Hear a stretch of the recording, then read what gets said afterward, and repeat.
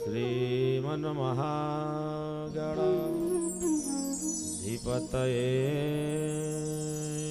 नमः। श्री सरस्वत्यै नमः। श्री गुरुचरण कमलेभ्यो नमः। परमहंसाय स्वादिति चरण कमल चिन्मकरंदा भक्त जनमानस निवासाय श्री रामचंद्रा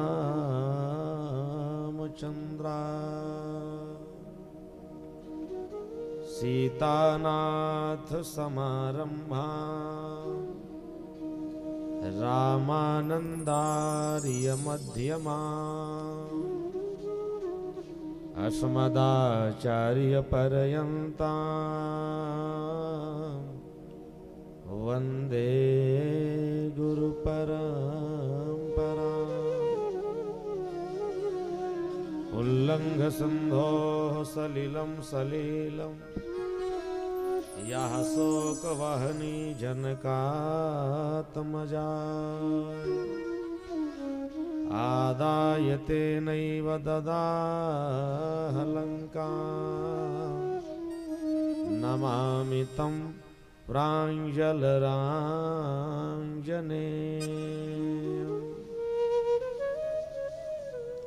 जय जय श्री राधा रमण जय जय नवल किशोर जय गोपी चित चोर प्रभु जय जय माखन चोर। राधे तो बड़ भागिनी कवन तपस्या की तीन लोक तारण तरण सो तेरे आधीन। तो वृंदावन के वृक्ष को मरम न जाने को जहाँ डाल डाल यरुपात पर श्री राधे राधे हो। बोलिए राधा कृष्ण भगवान की वृंदावन बिहारी लाल की जय हो। श्री हनुमान जी महाराज की जय हो। जय जय श्री राधे जय। अकारण करुणा वरुणालय भक्तवांछः कल्पतरो कर्तुम अकर्तुम अन्यथा कर्तुम सर्व समर्थवान परमपिता परमात्मा नारायण की असीम अनुकंपा से कथा प्रांगण में उपस्थित सभी श्रोता महानुभाव श्रद्धामयी वासलमयी माताओं नन्हे मुन्ने प्यारे बच्चों इस महायज्ञ में उपस्थित आचार्यगण आत्मीय संगीत के आचार्यों की पवित्र पावन उपस्थिति में आए हम आप सब भगवान की दिव्य मंगलमयी अमृतमयी कथा सुधा का रस स्वादन करें। उससे पूर्व अपने मन वाणी अंतःकरण को पावन करने हेतु दो बार भगवान नाम का आश्रय तदुपरांत भगवान की मधुर मंगलमयी अमृतमयी कथा में हम आप सब गोता लगाएंगे। बोलिए भागवत भगवान की जय हो।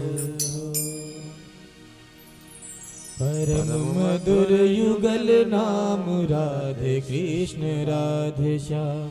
परम मधुर युगल नाम राधे कृष्ण राधे श्याम। परम मधुर युगल नाम राधे कृष्ण राधे श्याम। परम मधुर युगल नाम राधे कृष्ण राधे श्याम। परम मधुर युगल नाम राधे कृष्ण राधे श्याम। परम मधुर युगल नाम राधे कृष्ण राधे श्याम। राधे कृष्ण राधे श्याम। राधे कृष्ण राधे श्याम। राधे कृष्ण राधे श्याम। राधे कृष्ण राधे श्याम। परम मधुर युगल नाम राधे कृष्ण राधे श्याम। परम मधुर युगल नाम राधे कृष्ण राधे श्याम। श्री राधे सुनते हुए जय हो, तालियों की सेवा करते हुए राधे।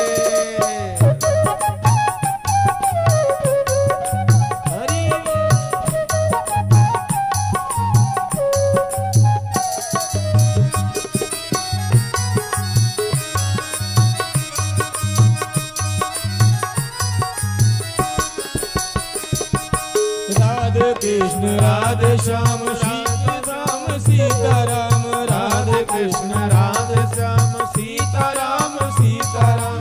राधे कृष्ण राधे श्याम। सीता राम सीता राम। राधे कृष्ण राधे श्याम। सीता राम सीता राम। परम मधुर युगल नाम राधे कृष्ण राधे श्याम। परम मधुर युगल नाम राधे कृष्ण राधे श्याम। परम मधुर युगल नाम राधे कृष्ण राधे श्याम।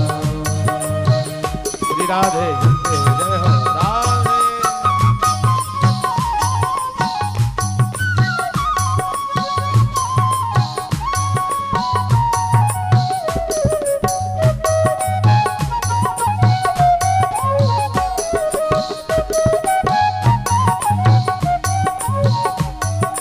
सीताराम सीताराम सीताराम सीताराम सीताराम सीताराम सीताराम सीताराम। ओ सीताराम सीताराम सीताराम सीताराम सीताराम सीताराम सीताराम सीताराम। परम मधुर युगल नाम राधे कृष्ण राधे श्याम। परम मधुर युगल नाम राधे कृष्ण राधे श्याम। परम मधुर युगल नाम राधे कृष्ण राधे श्याम।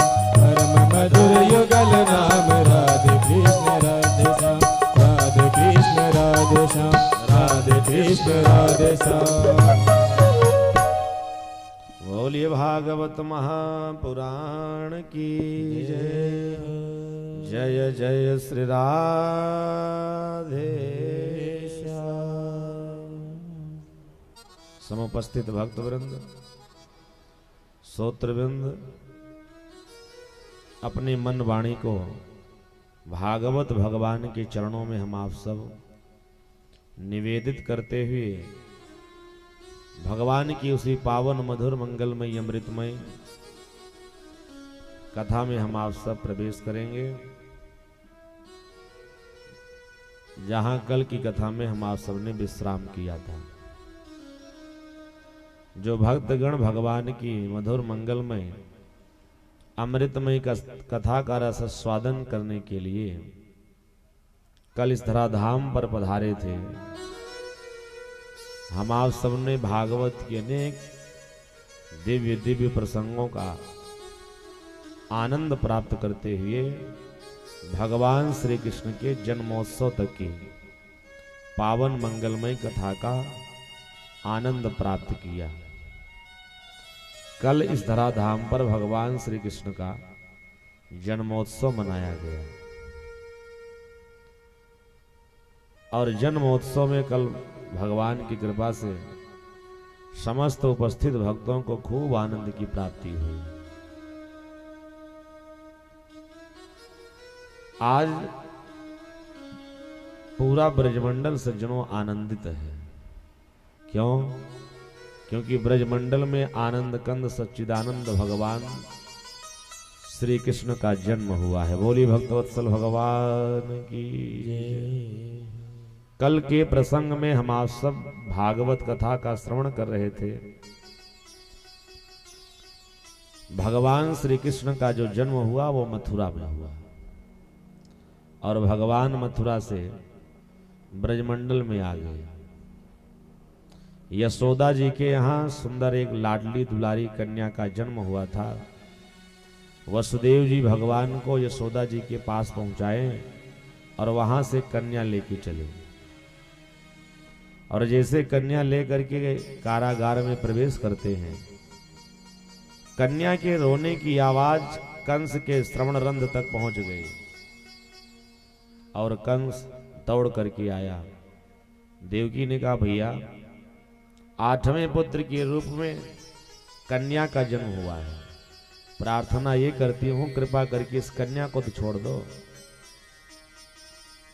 कंस ने कहा, इस कन्या का विवाह जिसके साथ किया जाएगा वो दामाद भी पुत्र के ही समान होता है। कहीं ऐसा ना हो उसके हाथ से हमारी मृत्यु लिखी हो, इसलिए मैं इस कन्या को नहीं छोड़ूंगा।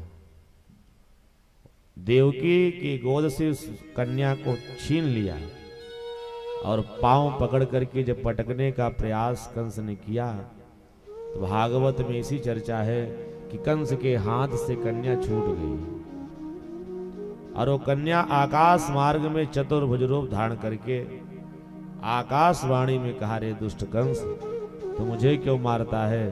तुझे तो मारने वाला ब्रजमंडल में प्रकट हो चुका है। और मार्कंडेय पुराण में लिखा गया कि नंद गोप गृहे जाता यशोदा गर्भ संभवा अततस्तौ नाशयस्यामि विंध्याचल निवासिनी। मार्कंडेय पुराण में ऐसी चर्चा है कि यशोदा जी के गर्भ से जन्म लेने वाली वो कन्या नंद गोप गृहे जाता यशोदा गर्भ संभवा ततस्तौ नाशयस्यामि विंध्याचल निवासिनी। कंस के हाथ से छूट करके विंध्याचल पर्वत पर जाकर के प्रतिष्ठित हो गए और आज हम आप सब विंध्यवासिनी के रूप में उनकी पूजा करते हैं। बोले भक्तवत्सल भगवान की जय। पूरे इस प्रसंग में सज्जनों कल भी हम आप सुने थे और आज भी श्रवण कर रहे हैं। भगवान श्री कृष्ण का जब जन्म हुआ तो वसुदेव और देवकी के हाथ की हथकड़ी पांव के बीड़ी अपने आप स्वतः छूट गई और जैसे वसुदेव जी भगवान को मथुरा से ले जाकर के ब्रजमंडल पहुंचाते हैं और वहां से कन्या लेके आए तो कथा आप लोग सब सुने होंगे, जानते भी हैं कि वसुदेव और देवकी के हाथ में पुनः हथकड़ी लग गई और फिर से बीड़ी लग गई पांव में। भगवान का जन्म हुआ, हाथ की हथकड़ी पांव की बीड़ी अपने आप छूट जाती है। जितने भी सिपाही थे ना, 20,000 सैनिक लगाया था कल, सारे सब सो गए। दरवाजों का फाटक अपने आप सब खुल गया और जैसे कन्या आई तो कन्या के रोने की आवाज कंस तक पहुंच गई। हाथ में हथकड़ी और बीड़ी सब लग गए। सारे पहरेदार सब जो सो रहे थे जग गया। इस कथा का मुख्य रहस्य क्या है सज्जनों? एक बहुत मीठी बात बताऊं। जो भक्तगण कल कथा के प्रांगण में पधारे थे, आप सबको ये बताया गया था कि संसार की दृष्टि से देखें तो वसुदेव और देवकी कारागार में बंद हैं। अगर आध्यात्मिक चर्चा हम आप सब करेंगे, अध्यात्म की दृष्टि से देखेंगे तो केवल वसुदेव और देवकी ही कारागार में नहीं बंद हैं, अपितु तो हम आप सब कंस के कारागार में बंद हैं। बोली भक्तवत्सल भगवान की जय। सज्जनों, अब आप कहोगे कंस का कारागार कहाँ यहाँ पे आ गया? सज्जनों, शास्त्रों की दृष्टि में पूरा संसार ही एक कारागार की भांति है। हम आप सब इस दुनिया में जो भ्रमण कर रहे हैं ना, ये एक कारागार है। अब आप कहोगे कारागार में सबके हाथ में हथकड़ी लगती है, पांव में बीड़ी, हमारे तो लगी नहीं, तो कहां से हम कारागार में हुए? तो भागवतकार कहते नहीं, संसार सागर में जितने मनुष्य हैं, यानी हम आप सब के हाथ में हथकड़ी लगी है और पांव में बीड़ी लगी है, माया के बंधन से ये जीव ऐसे हथकड़ी और बेड़ी से बंधा है ना, जिसको वो माया की बेड़ी और हथकड़ी वो दिखाई नहीं पड़ती। बोली भक्त वत्सल भगवान की। कितने लोगों से कहो चलो भगवान का भजन करो, इतनी बढ़िया चौधरीपुर में कथा हो रही है, चलो कथा का श्रवण पान करो, तो लोग क्या कहते हैं, अरे महाराज कथा सुनने के लिए अगर हम चलेंगे और कथाएं सुनते रहेंगे तो हमारा परिवार कैसे चलेगा। बोली भक्त वत्सल भगवान की। कथाएं सुनने लगेंगे अपना कार्यभार छोड़ के तो परिवार कैसे चलेगा। चलते तो लेकिन समय नहीं मिल पा रहा है। ये क्या है, ये माया का ही तो बंधन है।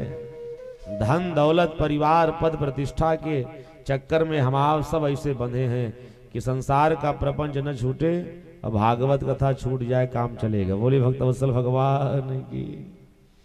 दुनिया का प्रपंच न छूटने पावे और भगवान का भजन छूट जाए काम चल जाएगा। राम नाम का उच्चारण न करें, संसार का प्रपंच हम आप सब गाते रहे। अगर हम आप सब देखें तो माया के बंधन में हमारा आपका सबका हाथ और पांव ये दोनों बंधा है। ये भागवत कथा शिक्षा प्रदान करती है। वसुदेव और देवकी ने अपने जीवन में जब भगवान को प्रकट कर लिया तो माया की हथकड़ी और बेड़ी से मुक्त हो गए। हमको आपको क्या करना है, वसुदेव और देवकी की भांति अपने जीवन में भगवान की कृपा को या भगवान को प्रकट करना है। और जो जीव भगवान की कृपा या भगवान को प्रकट कर लेता है तो माया के बंधन से स्वतः ही वो मुक्त हो जाता है। बोलिए भक्त वत्सल भगवान की। परंतु एक बहुत मीठी बात बताऊं सज्जनों, वसुदेव और देवकी के जीवन में भगवान की कृपा का प्राकट्य हुआ, भगवान का जन्म हुआ, माया के बंधन से मुक्त हो गए। परंतु भगवान को ले जाकर के यशोदा जी के यहाँ पहुंचा दिए और यशोदा जी के यहाँ जन्म लेने वाली वो कन्या को लेके आए। और यशोदा जी के यहाँ जन्म लेने वाली वो कन्या शास्त्रों की दृष्टि से देखा जाए तो एक कन्या है, परंतु आध्यात्मिक दृष्टि से देखा जाए तो भगवान की माया है। भगवान की माया है।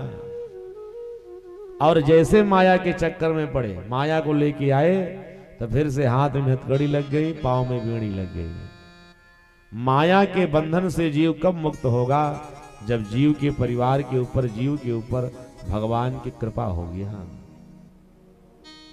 भगवान कृपा कर देंगे ना। अब माया का बंधन जहां थोड़ा सा छूटा तो लोग अपने सारे समस्त कार्यों को छोड़ करके और भगवान की कथा में, भगवान के भजन में, यज्ञ अनुष्ठान में अपना समय देते हैं। और जब तक माया के चक्कर में जीव फंसा है ना, माया का ग्रास बना है, तब तक दरवाजे पर कथा होती है, घर में लोग बैठ के सीरियल देखते हैं। गांव में कथा होती है और लोग चौराहे पर जाके चौराहाबाजी करते हैं। सजनों, ये तो भगवान की कृपा का प्रसाद है। और मैं बार बार कथा में कहा करता हूं, ये भागवत कथा जो आज सुनने का शुभ अवसर हमको आपको मिला है ना, ये हमारे आपके पुरुषार्थ का फल नहीं है, ये भगवान की कृपा का प्रसाद है। हाँ, कृपा से ही ये संभव है। हम आप खूब प्रयास कर लें, खूब मेहनत कर लें, खूब पुरुषार्थ कर लें, लेकिन भगवान की कृपा नहीं होगी तो ऐसा काम आ जाएगा ना कि लोग पंडाल छोड़ के चले जाते हैं। बोले भक्त वत्सल भगवान की। हमारे आपके बस का है इस पंडाल में बैठना।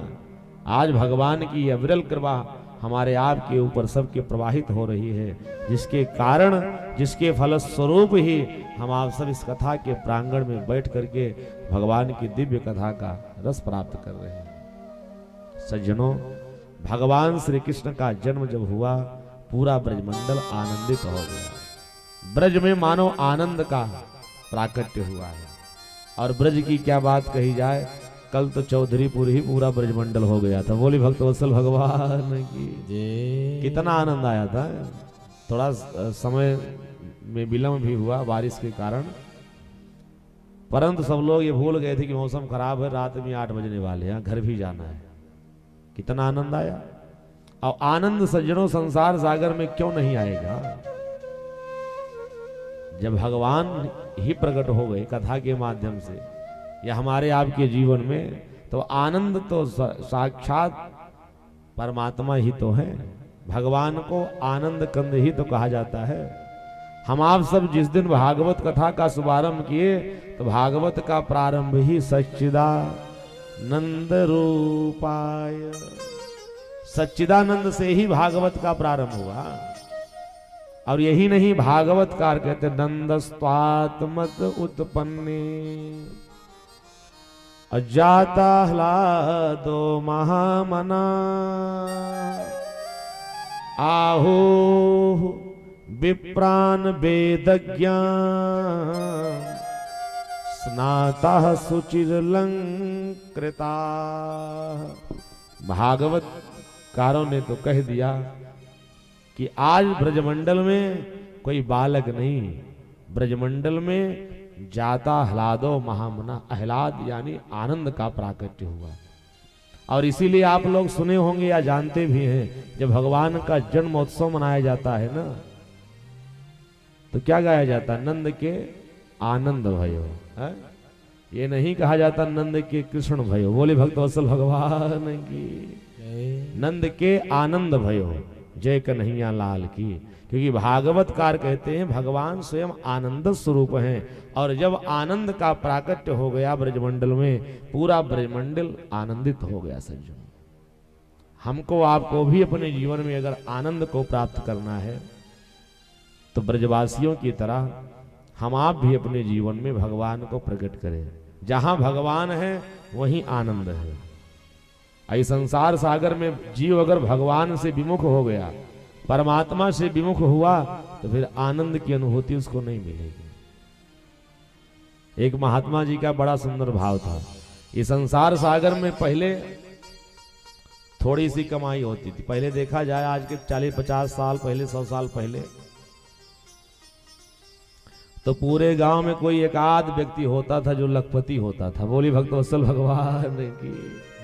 100, 200, 500 घर का अगर गांव है, और इतने घर का अगर बहुत बड़ा गांव होगा, हजारों घर अगर मान लीजिए होंगे, तो हजारों घरों में केवल एक आध घर कोई ऐसा होता था जो लखपति होता था।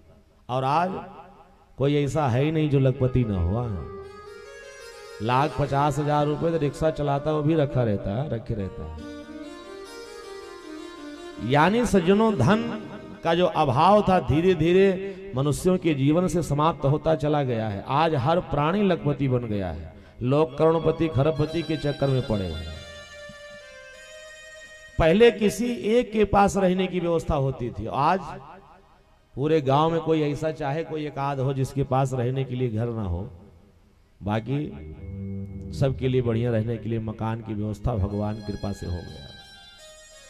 इतना नहीं, पहले गांव में कोई एक आध परिवार होता था जिसके यहाँ भोजन की व्यवस्था सही से होती थी, और आज कोई एक आध ऐसा बचा है जिसकी यहाँ ना होती हुआ।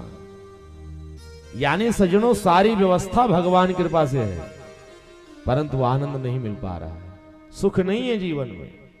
एक महात्मा जी तो कहा करते थे ना कि जितने भी सेट हैं घर में आपको सब दिखेंगे। सोफा सेट देखो, टीवी सेट मिल जाएगा, मोबाइल सेट मिल जाएगा, जितना सेट है ना संसार सागर में भगवान ने कृपा कर दिया, सब व्यवस्था हो गई। लेकिन जो है दिमाग सब का अपसेट हो गया है। बोली भक्तवत्सल भगवान की। सारे सेट की व्यवस्था में दिमाग ही अपसेट हो गया है। ये जीवन हमारा आपका सेट कब होगा? सोफा सेट से थोड़ी होगा, मोबाइल सेट से थोड़ी। जीवन सेट तब होगा ना जब हमारे आपके जीवन में जाता ह्लादा महामना, जब भगवान श्री कृष्ण की कृपा का प्राकट्य होगा तो हमारे आपके जीवन में आनंद का प्राकट्य होगा। भागवतकारों ने सज्जनों एक और मीठी बात हमारे आपके सबके सामने प्रकट की है। अगर हम आप सब अपने जीवन में भगवान को प्रकट करना चाहें तो हमारे आपके सबके जीवन में 5 बातें होनी चाहिए, 5 चीजें होनी चाहिए। वो 5 तत्व जब तक हमारे आपके जीवन में नहीं होगा ना, तब तक हमारे आपके जीवन में आनंद कंद सच्चिदानंद का प्राकट्य नहीं होगा। आनंद से हम आप सब वंचित रह जाएंगे। आज भगवान ब्रजमंडल में प्रकट हुए हैं तो 5 तत्व जानते हो कौन है? पहले हैं वसुदेव जी, दूसरे हैं देवकी,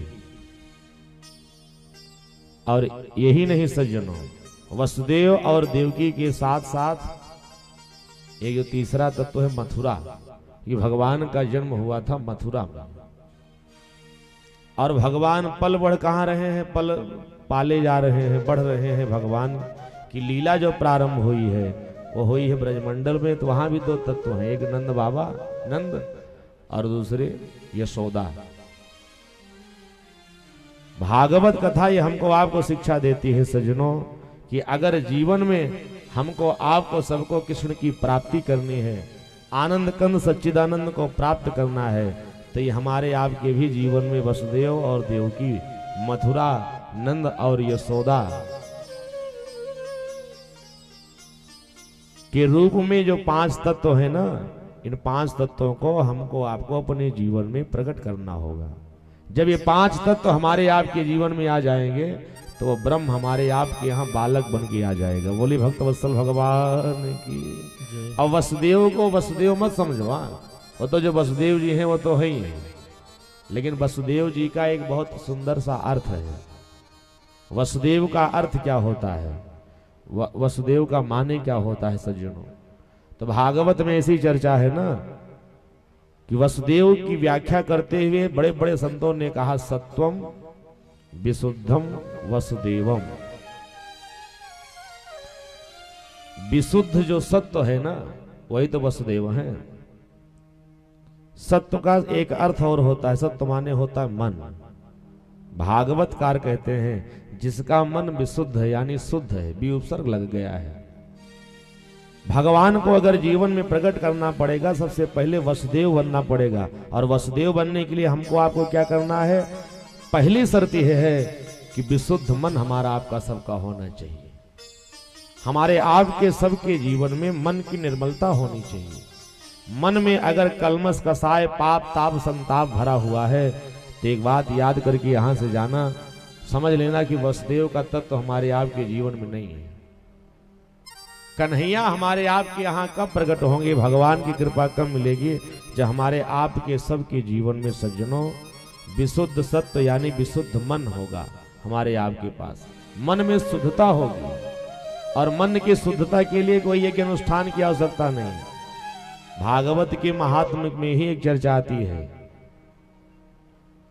कि हमारा आपका ये मन सत्व मन विशुद्ध मन कब बनेगा? भागवतकारों ने कहा एतस्मात् परम किंचित मनः शुद्ध्यैर्न विद्यते। किंचित मात्र मन की शुद्धि अगर कहीं होगी तो वो केवल भागवत कथा के पांडाल से ही हमारे आपके मन में निर्मलता का प्राकट्य होगा। यानी सीधी बात अगर कही जाए तो सत्संग से ही हमारे आपके जीवन में मन में निर्मलता आएगी। पहली शर्त है अपने मन को निर्मल हम आप सब बनाएं, विशुद्ध मन। वसुदेव का अर्थ होता है विशुद्ध मन, क्योंकि आप सब लोग जानते हो गोस्वामी तुलसीदास जी ने भी वर्णन किया है कि अगर निर्मल मन है तो ऐसा जो प्राणी है, ऐसा जो जीव है भगवान को बहुत प्रिय है। इसीलिए पूज्यपाद गोस्वामी जी ने वर्णन किया, निर्मल मन जन सो मोहि पावा, मोहि कपट छल चित्र न भावा। निर्मल मन जन सो मोहि पावा, मोहि कपट छल चित्र न भावा। मोहि कपट छल छिद्र न भावा। भगवान को संसार सागर में सबसे ज्यादा कुछ प्रिय है तो निर्मल मन, विशुद्ध मन। अब विशुद्ध मन का सीधा सा अर्थ है वसुदेव। ये जीव जब तक वसुदेव नहीं बनेगा, अर्थात अपने मन को सत्संग के द्वारा विशुद्ध नहीं बनाएगा, तब तक भगवान की कृपा नहीं मिलेगी। और दूसरी बात है हमको आपको देवकी बनना है। देवकी का गुण हमको आपको अपने जीवन में लाना है। और देवकी का सीधा सा अर्थ होता है सज्जनों, ये दिव्य बुद्धि। पहली शर्त है हमारा आपका मन निर्मल हो, और दूसरी शर्त है देवकी बनने के लिए हमको आपको सबको अपनी बुद्धि को दिव्य बनाना पड़ेगा। और हमारी आपकी बुद्धि दिव्य कब होगी?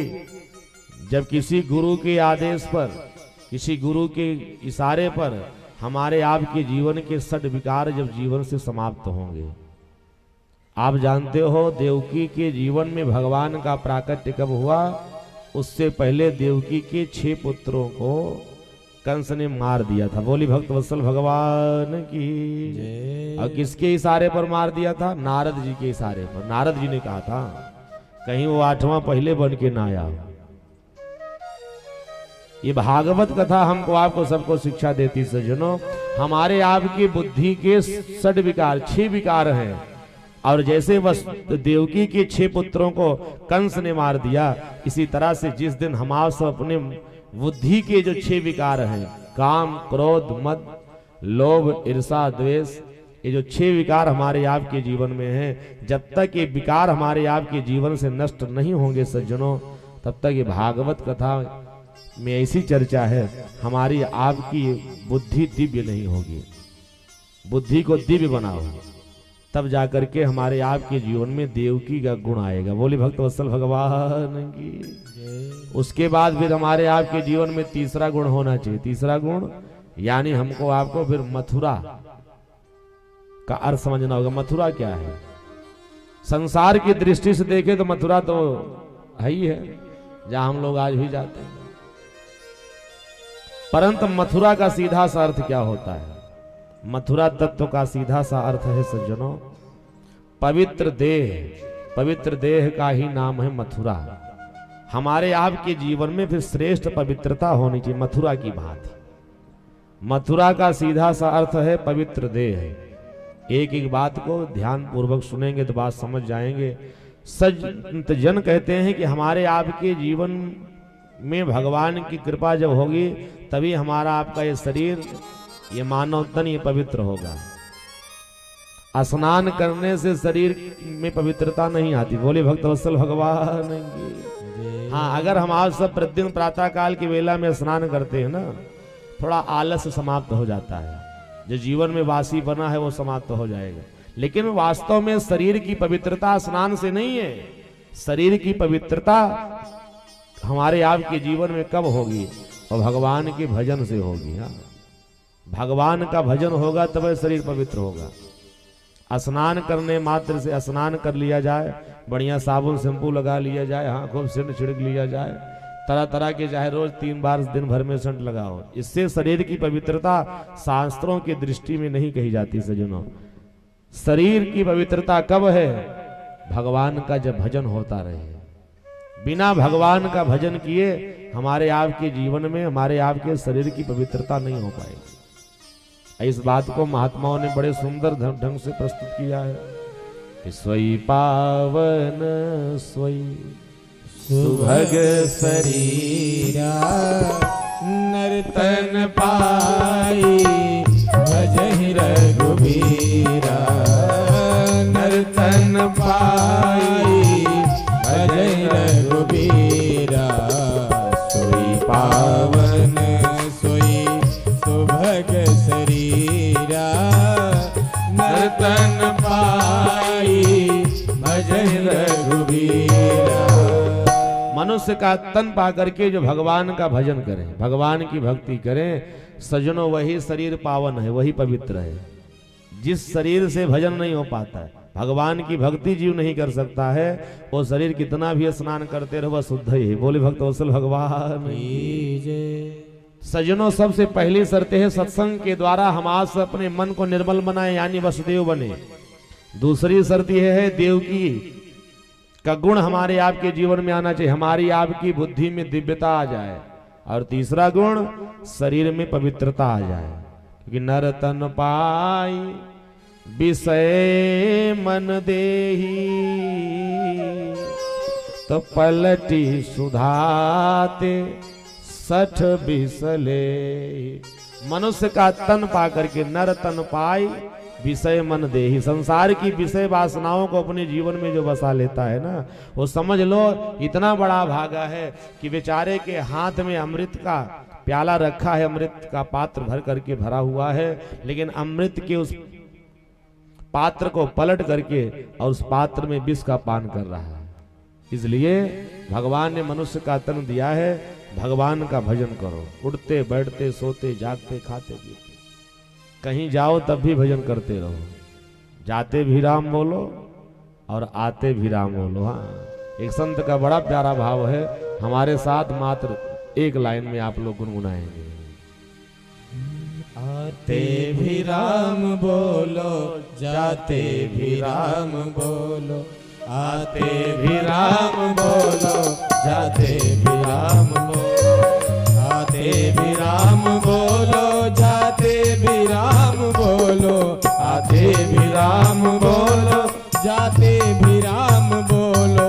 तुम जब भी मुख को खोलो श्री राम राम बोलो, तुम जब भी मुख को खोलो तुम राम राम बोलो।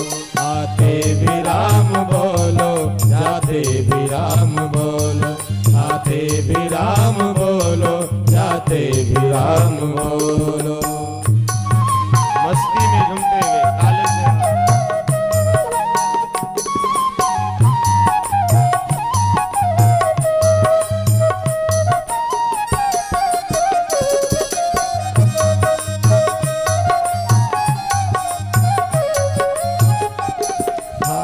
भी राम बोलो, पीते भी राम बोलो, खाते भी राम बोलो, पीते भी राम बोलो, खाते भी राम बोलो, पीते भी राम बोलो, खाते भी राम बोलो, पीते भी राम बोलो। तुम जब भी मुख को खोलो तब राम राम बोलो, तुम जब भी मुख को खोलो तब राम राम बोलो।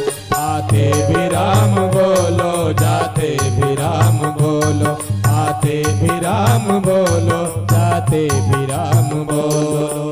राधे। पीछे तक भैया हाथ उठा करके ताली सेवा करते हुए झूमते हुए राधे।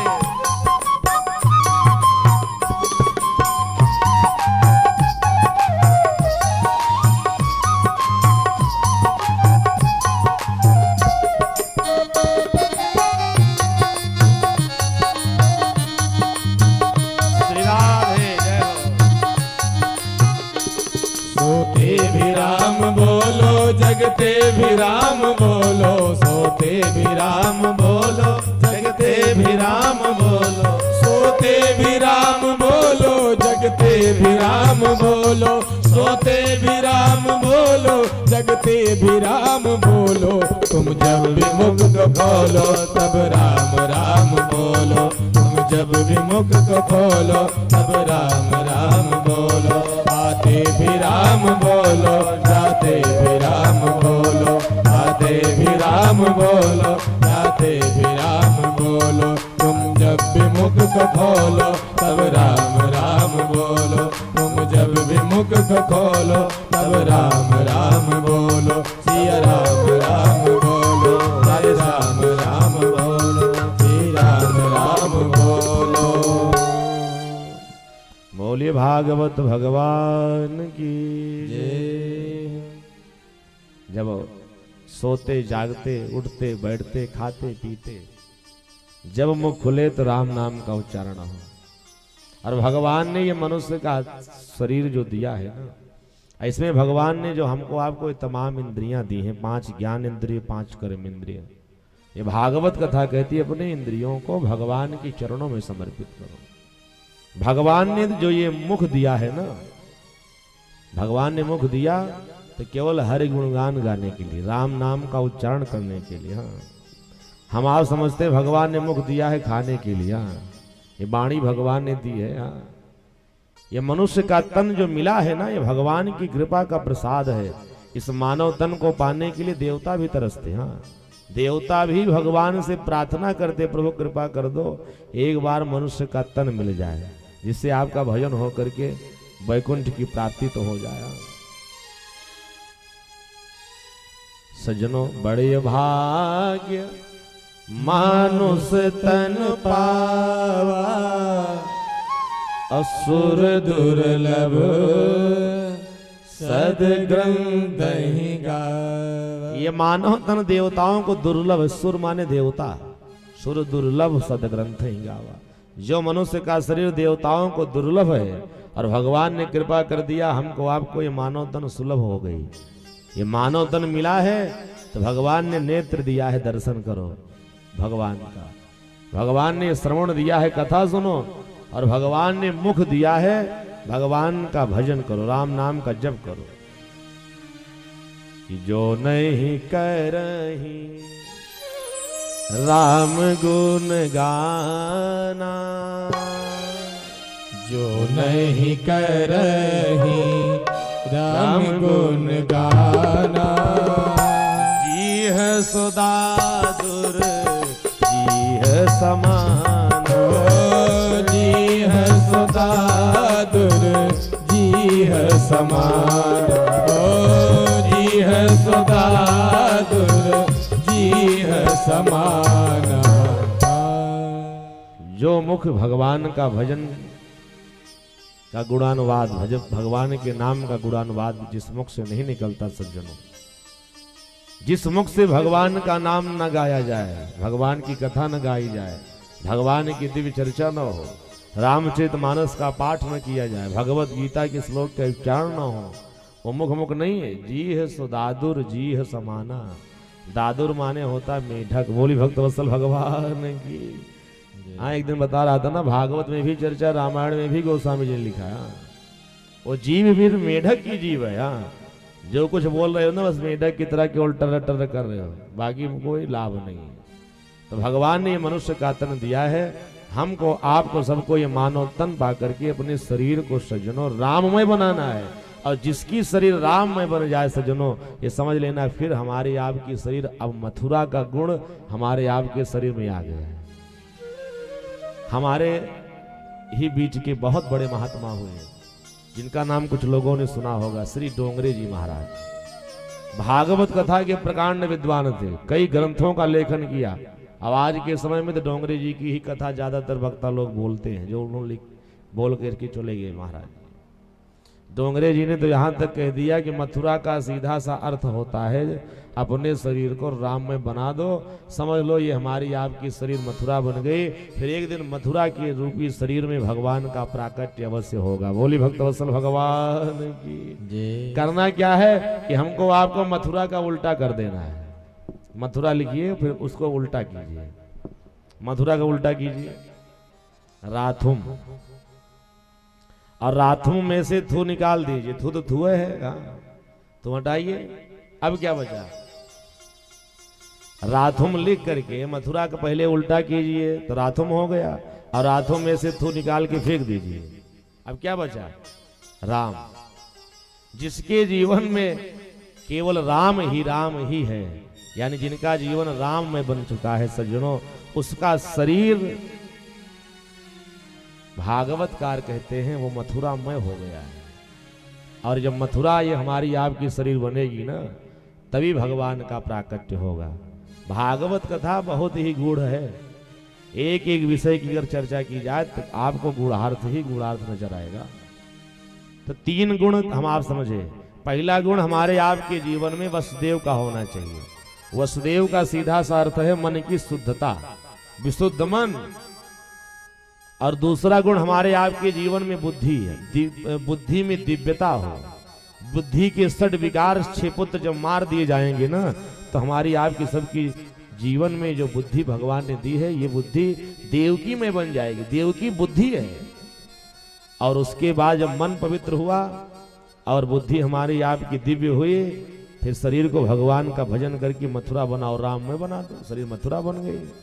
उसके बाद 2 गुण और जीवन में आ जाएंगे, तो ब्रह्म जो आज ब्रजमंडल में लीला कर रहा है, वो ब्रह्म हमारे आपके जीवन में लीला करने लगेगा। बोली भक्तवत्सल भगवान की। करना क्या पड़ेगा? नंद बनो। फिर नंद का गुण भी जीवन में होना चाहिए। ये 5 तत्व थे सज्जन, तब परमात्मा भगवान श्री कृष्ण का प्राकट्य हुआ। और ये 5 तत्व हमारे आपके भी जीवन में आ जाए। अब नंद बनना है। नंद का क्या अर्थ होता है? वो जो नंद बाबा थे दाढ़ी वाले, जिनका दर्शन हम आप कल किए थे, वो तो है ही है, लेकिन उसका जो आध्यात्मिक गूढ़ अर्थ है ना, हाँ सज्जनों, लोग केवल भागवत कथा या राम कथा सुनते हैं ना, तो केवल भागवत कथा के कथ्य को सुनते हैं, कथा कहानी, लेकिन कहानी सुनने से कुछ मिलने वाला नहीं। उस कहानी उस कथा के पीछे का तथ्य क्या है, तथ्य से लोग वंचित रह जाते हैं और कथा सुनते रहते, कोई लाभ ही नहीं मिलता। तो नंद जी जो हैं वो तो वही हैं, लेकिन नंद का एक अर्थ और होता है, नंदयति सर्व जनान इति नंदा, जो सारे संसार में सबको आनंद प्रदान करें, वही है नंद। बोली भक्तवत्सल भगवान की। अपने शरीर से, अपने धन से, अपने जीवन से, अपने कर्म से हम आप सब अपने समकक्ष के लोगों, अपने इष्ट मित्रों को, परिवारी जनों को, समाज के लोगों को आनंद देने का प्रयास करें। और आनंद देने के प्रयास का सीधा सा अर्थ है कि दूसरे को सुख देना सीख लो। जब ये शरीर दूसरे को सुख देना प्रारंभ कर देना, तो जान लेना कि अब जीवन में नंद जी का गुण आ गया है। दूसरे को सुख दो, आनंद दूसरे को प्रदान करो। शरीर से किसी को पीड़ा ना पहुंचे, ये संकल्प होना चाहिए। और शरीर के द्वारा ही नहीं, हमारे वाणी से, हमारे कर्म से, हमारे धन से, हमारे पद से, हमारी प्रतिष्ठा से भी किसी को कष्ट ना हो। दूसरे को केवल सदा सर्वदा सुख देने का प्रयास करोगे, जीवन में आनंद का तत्व, वो गुण आ जाएगा नंद का। सज्जन, सबसे बड़ा धर्म यह है कि जो चीज स्वतः के लिए अगर बुरी हो, नुकसान देने वाली हो, ना अच्छी लगे, वो दूसरों के लिए नहीं करना चाहिए। बोली भक्तवत्सल भगवान की। दूसरे के साथ कोई व्यवहार करना है तो सबसे पहले उस व्यवहार को अपने साथ करके देखो कि अगर कोई व्यक्ति ऐसा व्यवहार मेरे साथ करेगा, मुझे कैसे लगेगा। और जो अपने को ना अच्छा लगे, वो दूसरे के साथ मत करो। निश्चित हमारे आपके सबके जीवन में नंदयत सर्वजना सह नंदा, जो दूसरे को आनंद प्रदान करता वही नंद है। तो नंद का गुण हो गया 4, और 5वां गुण क्या होना चाहिए? 5वां गुण यशोदा बन जाओ। और जब जीव यशोदा बन जाएगा ना, तो ब्रह्म, सारे संसार का मालिक, सारे संसार को बनाने वाला वो परमात्मा, हमारे आपके यहाँ यशोदा की तरह आंगन में बालक बन करके दिव्य दिव्य लीला करेगा। यशोदा पहले बनना पड़ेगा। यशोदा बनने के लिए करना क्या है? यशोदा का अर्थ समझ लीजिए, पूरी कथा समझ जाओगे। यशोदा का सीधा सा अर्थ होता है यशः ददाति सह यशोदा, जो दूसरों को यश प्रदान करे, वही तो है यशोदा।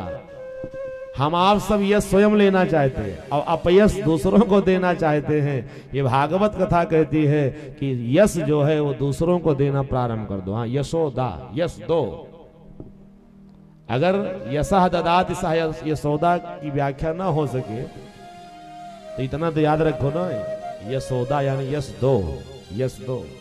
जो दूसरों को यश देना प्रारंभ कर देता है, उसके जीवन में जो 5वां गुण है वो यशोदा का आ जाता है। और जब यशोदा का गुण आ जाएगा सज्जनों, तो भगवान दिव्य अवतार लेकर के, जैसे आज ब्रजमंडल में अपनी दिव्य दिव्य लीलाओं को कर रहे हैं, ब्रजवासियों को आनंदित कर रहे हैं, फिर हमारे आपके सबके जीवन में आनंद का प्राकट्य होगा। एक छोटा सा निवेदन मैं आप सबसे कर दूं, जैसे हम आप सब इतना प्रपंच पाल रखे हैं ना, घर का, मकान का, दुकान का, गाड़ी घोड़े का, दुनिया भर के तमाम प्रपंच जितना हम आप सब अपने जीवन में पाल रखे हैं ना, ये 5 चीज को और पाल लो। हाँ, जीवन में इसी इतनी व्यवस्था बनाए हो और व्यवस्था बना करके जीवन का निर्वहन कर रहे हो, उसी में 5 चीज और व्यवस्थित कर लो बस। हाँ, बस हमारे आपके जीवन में सज्जनों वसुदेव, देवकी, मथुरा और यशोदा और नंद का गुण, ये भी हम आप सब समर्जित कर लें, इसको भी अपने जीवन में हम आप सब बसा लें, फिर हमारे आपके जीवन का जय जयकार हो जाएगा। फिर वो परमात्मा हमारे आपके यहाँ, जैसे सज्जनों ब्रजमंडल में आज भगवान पालने पर झूल रहे हैं, ब्रजवासी सब भगवान को पालने पर झुला रहे हैं, उसी तरह हमारे आपके भी हृदय रूपी पालने में भगवान का प्राकट्य होगा और भगवान की कृपा से हमारे आपके भी जीवन में आनंद की प्राप्ति होगी। इसलिए संतों का बड़ा प्यारा भाव है। भगवान का जब प्राकट्य हुआ, समस्त ब्रजवासी बड़े आनंद के साथ भगवान का दर्शन कर रहे हैं, नृत्य कर रहे हैं, नाच रहे हैं। वृद्ध से लेकर के बालक तक, छोटे छोटे ग्वाल बाल से लेकर के वृद्ध तक, सब भगवान का दर्शन करके आज नंद बाबा के दरवाजे पर आनंदित हो रहे हैं। आए, संतों का बड़ा प्यारा भाव है। अपने हृदय में हम आप सबके यशोदा जी जैसे अपने नंद भवन के आंगन में पालना डाल दिया है ना, ऐसे ये भागवत कथा कहती है, हृदय को यशोदा का आंगन बना लो, नंद का आंगन बनाओ और बढ़िया एक पालना लगाओ और नेत्र बंद करके ऐसी दिव्य झांकी बसाओ कि भगवान भी हमारे हृदय रूपी पालने में झूल रहे हैं। उधर ब्रजवासी आनंद प्राप्त कर रहे हैं, इधर हम भी आनंद प्राप्त करेंगे। देखना हमारे आपके जीवन का जय जयकार हो जाएगा सज्जनों। प्रतिदिन ब्रजवासियों ने भगवान के जन्म के बाद प्रतिदिन भगवान की जन्मोत्सव को मनाया है। हम आप भी अपने हृदय रूपी पालने में भगवान को बसा के और जन्मोत्सव कन्हैया का मनाते रहें। एक दिन हमारे आपके सबके जीवन का जय जयकार होगा। संतों का बड़ा प्यारा भाव है, हमारे साथ सब लोग गुनाएंगे। पलना मिलल ना झुलावे, यशोदा मैया ललना झुलावे। पलना मिलल ना झुलावे, यशोदा मैया ललना झुलावे। ललना झुलावे मैया पलना हिलावे, ललना झुलावे मैया पलना हिलावे।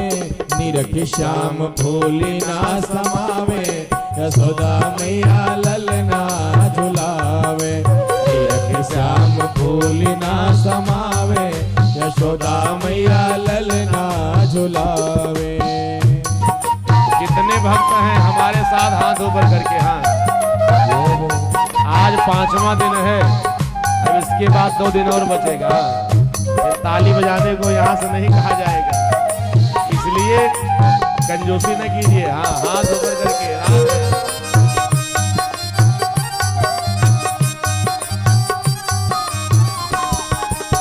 झुनझुना बजावे और हरि को मनावे, झुनझुना बजावे और हरि को मनावे। हरि को मनावे मैया हरि को मनावे, हरि को मनावे मैया हरि को मनावे। आंचल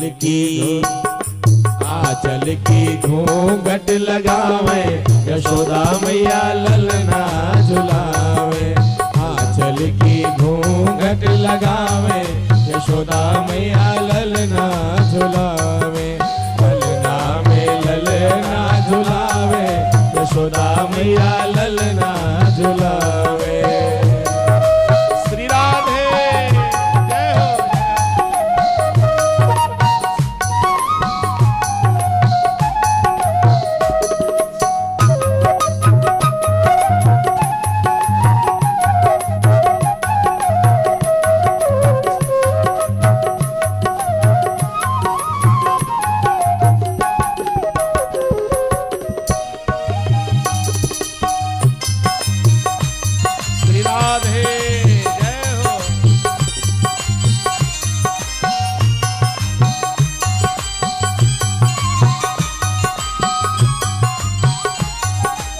नजरिया उतारे डिठौना लगावे, नजरिया उतारे डिठौना लगावे।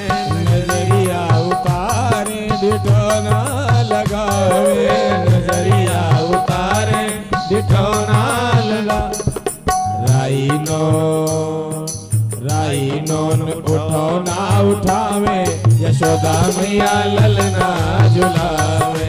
राइनोन उठौना उठावे, यशोदा मैया ललना झुलावे। ललना में ललना झुलावे, यशोदा मैया ललना झुलावे। श्री राधे जय हो।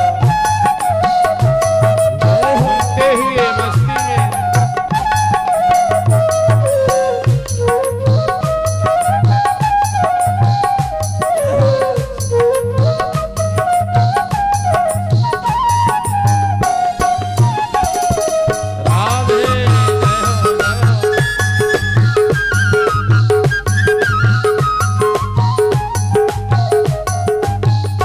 संत जन आवे और आनंद मनावे, संत जन आवे और आनंद मनावे, संत जन आवे और आनंद मनावे, संत जन आवे और आनंद मनावे।